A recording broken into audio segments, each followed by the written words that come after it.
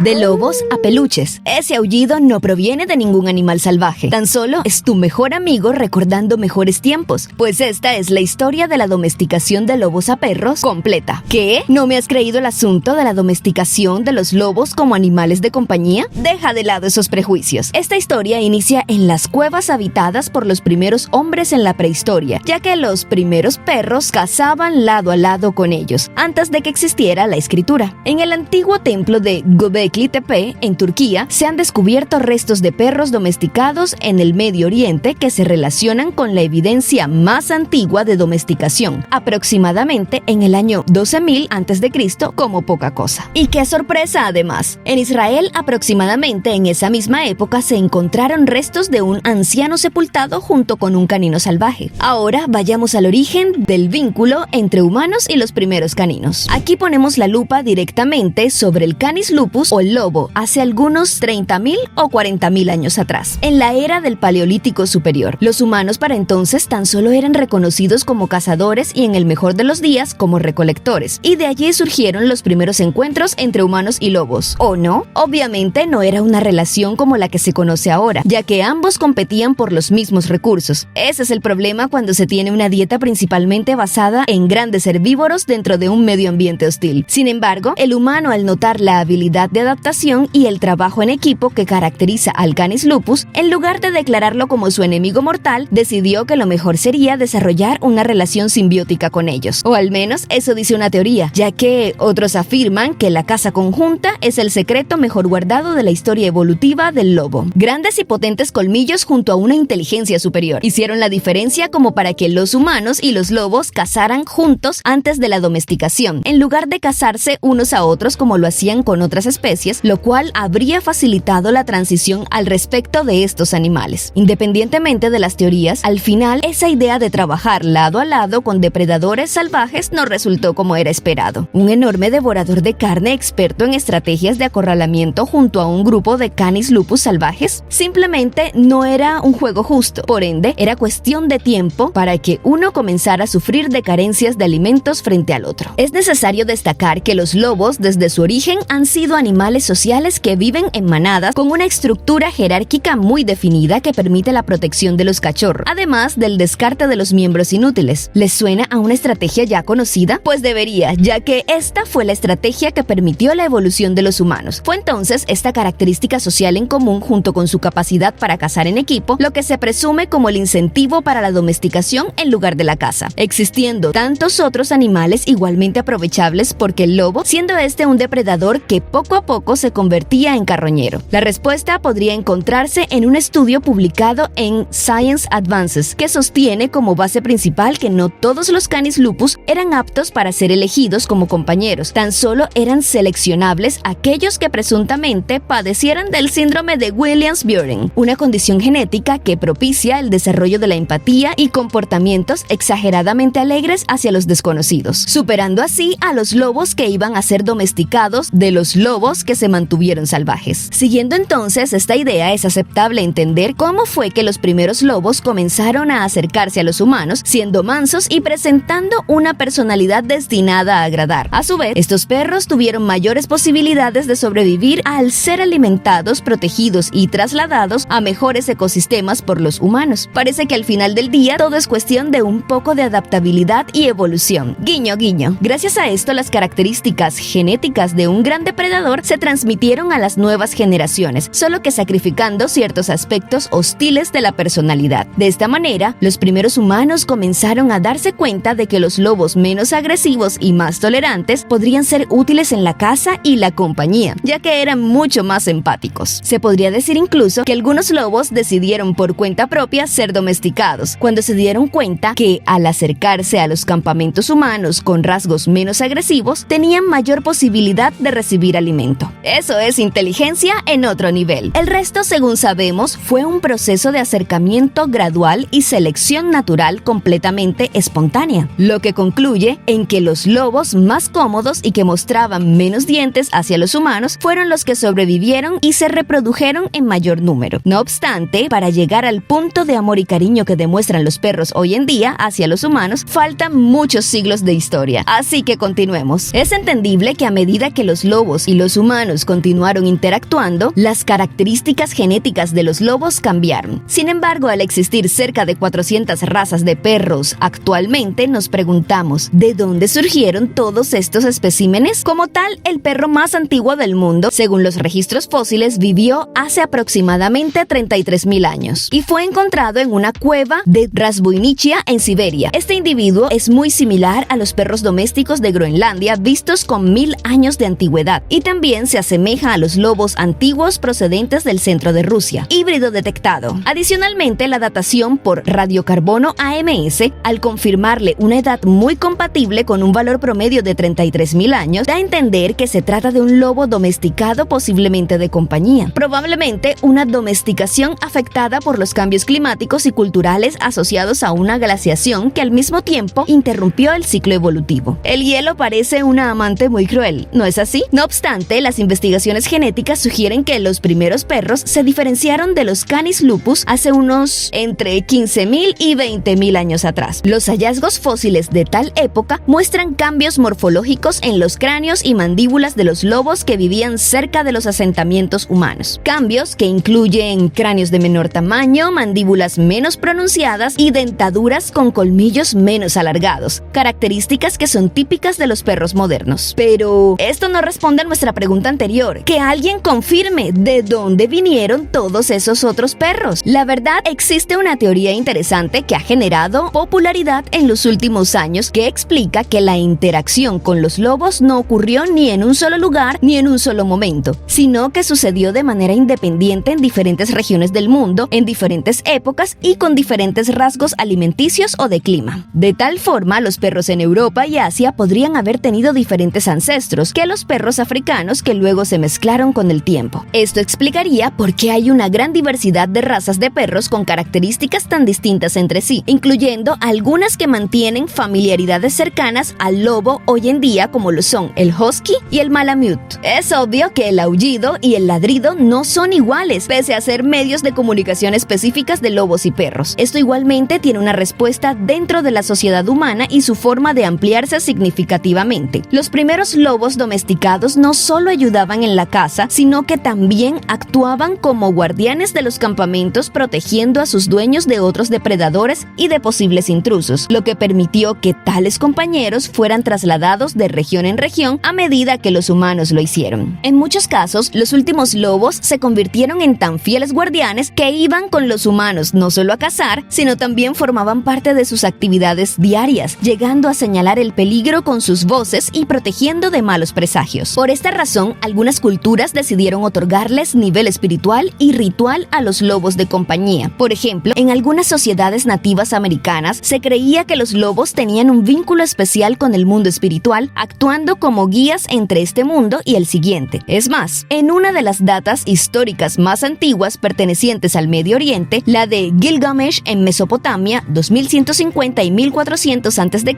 los perros a nivel espiritual ya existían y tenían un papel muy importante como compañeros de una de las diosas más populares de la región, Inanna, Ishtar, quien dicen viajaba con 7 preciados perros de caza que tenían un tamaño impresionante a comparación de los perros de hoy, señalando, entre otras cosas, que aún falta mucho por recorrer para llegar al peluche chihuahua que tienes en tu sala. O quizás no. Es probable que este tan poco adorable perrito sea solo una exageración del mito griego del perro de 3 cabezas, Cerbero, quien protegía las puertas del Hades, el reino de los muertos, así como tu mascota protege la puerta de casa. Fuera de esto, y volviendo al tema, las grandes migraciones humanas a razón de alimento y clima llevó a los primeros perros a los lugares más aledaños del mundo, dándoles una especial relevancia a nivel personal. Por ejemplo, en Persia los perros también fueron asociados con la divinidad por los antiguos sabios. El Avesta o escrituras zoroastrianas contiene la vendidad, que habla de los aspectos benéficos de los perros y cómo deben ser tratados. Lo mismo sucedió en India, en el antiguo Egipto, en la antigua Grecia, en Roma, China, en Escandinavia y por supuesto en Mesoamérica. De hecho, los mesoamericanos criaron perros como guardianes y mascotas para la caza, sin dejar atrás su asociación con las deidades, ya que, como los perros eran vistos como buenos nadadores, se creía que ellos conducían a las almas de los muertos a través de la extensión de las aguas hacia el inframundo, conocido como Xibalba. Una vez que el alma llegaba al oscuro paraje, el perro servía servía como guía para ayudar a los muertos a través de los retos presentados por los señores del más allá, alcanzando así el paraíso. ¿Y qué pasa con el árbol genealógico de tu perro? Con el tiempo, la domesticación de los lobos y la expansión del hombre por todo el mundo conocido dio lugar a la creación de diversas razas de perros, adaptadas a los diferentes entornos y las diferentes necesidades humanas. Como ya sabemos, los primeros perros eran probablemente de tamaño mediano y similares a los lobos actuales, pero a medida que los humanos comenzaron a asentarse en diferentes regiones y a desarrollar nuevas actividades como la agricultura y la ganadería, surgieron diferentes tipos de perros mejores adaptados a sus condiciones. Es obvio que durante los tiempos de sequía, inundaciones o guerras no era viable mantener cómodamente a un animal de gran tamaño, sobre todo si este no era útil. Además, ¿te imaginas un malamut en el desierto? Esta apreciación la podemos ver en la historia, ya que en las primeras civilizaciones del mundo con bajos recursos o en regiones áridas se criaron perros para proteger los rebaños de ovejas y cabras. Estos perros debían ser grandes, fuertes y robustos para lograr defenderse de los depredadores, características que aún podemos ver en ciertas razas. En otros lugares, por ejemplo, con mayor calidad de vida, los perros se convirtieron en símbolo de estatus y poder. En la época dorada de Egipto, los faraones y la nobleza criaban perros de raza pura como el sabueso egipcio y los representaban en esculturas y pinturas con la creencia de que estos eran símbolos de riqueza. También, los perros tenían un papel espiritual al creerse que eran protectores en el más allá. El tener un perro esbelto, adornado y bien peinado era una cuestión de estatus. Lo mismo sucedió en el Lejano Oriente, donde los perros se criaron para diferentes propósitos, principalmente la compañía. Una de las razas más antiguas, el Shar-Pei, se utilizaba para ir junto con los humanos a las granjas, lo que facilitó su comodidad, dando paso al aspecto que tiene hoy en día. En Japón, mientras tanto, el Akita Inu era venerado como un símbolo de lealtad y coraje, y por ende se le crió con una muy alta estima, hasta llegar a ser inmortalizado hoy en día con el máximo honor posible, ser un meme. Adicionalmente, el árbol genealógico de los perros se diversificó tanto que también existen registros de hibridación con otros animales, como por ejemplo los coyotes. En la actualidad, en algunas partes de Norteamérica existen híbridos naturales entre perros, lobos y coyotes, sin mencionar a otras tantas especies que se extinguieron. ¿Sorprendido de toda la evolución que ha tenido tu peluche? No te preocupes, pues estos datos simplemente dan testimonio de la continua interacción que han tenido los perros con los humanos alrededor del mundo. Los estudios genéticos han revelado mucho sobre cómo la domesticación ha moldeado el ADN de los perros hasta dejarlos como unos adorables peluches. Uno de los descubrimientos más importantes es la identificación de genes específicos que están asociados con comportamientos sociales y de docilidad, lo que permite a los perros convivir de manera pacífica con los humanos. Es más, un estudio de 2017 identificó un conjunto de genes relacionados con la sociabilidad en los perros, los cuales no están presentes en los lobos actuales. Estos genes afectan la forma en que los perros procesan la oxitocina, una hormona que juega un papel clave en las relaciones sociales y en la formación de vínculos afectivos. También los estudios genéticos han demostrado que los perros tienen una mayor capacidad para digerir almidón que los lobos, un dato que quizás te funcione en la siguiente cita. Esto se debe a la adaptación a una dieta más rica en carbohidratos proporcionada por los humanos a lo largo de milenios, lo que permitió a los perros sobrevivir en un entorno domesticado, llegando a ser tan adorables como lo son hoy. Es un poco espeluznante si lo piensas, pero ¿sabías que el primer perro clonado en 2005 fue un galgo afgano llamado Snoopy? ¿Adorable? No lo creo. Pero sí, es otro nivel en una larga y completa relación entre humanos y perros. De esta manera queda registrado cómo los lobos se convirtieron en peluches con el paso del tiempo y más que eso, ya que los perros han evolucionado de ser simples compañeros y ayudantes a desempeñar roles más complejos en la sociedad humana. Podemos decir que son nuestros amigos fieles. Muchos de nosotros no contemplaríamos el futuro sin ellos. Esto ha sido todo por hoy. Dato a gato, cambio y fuera.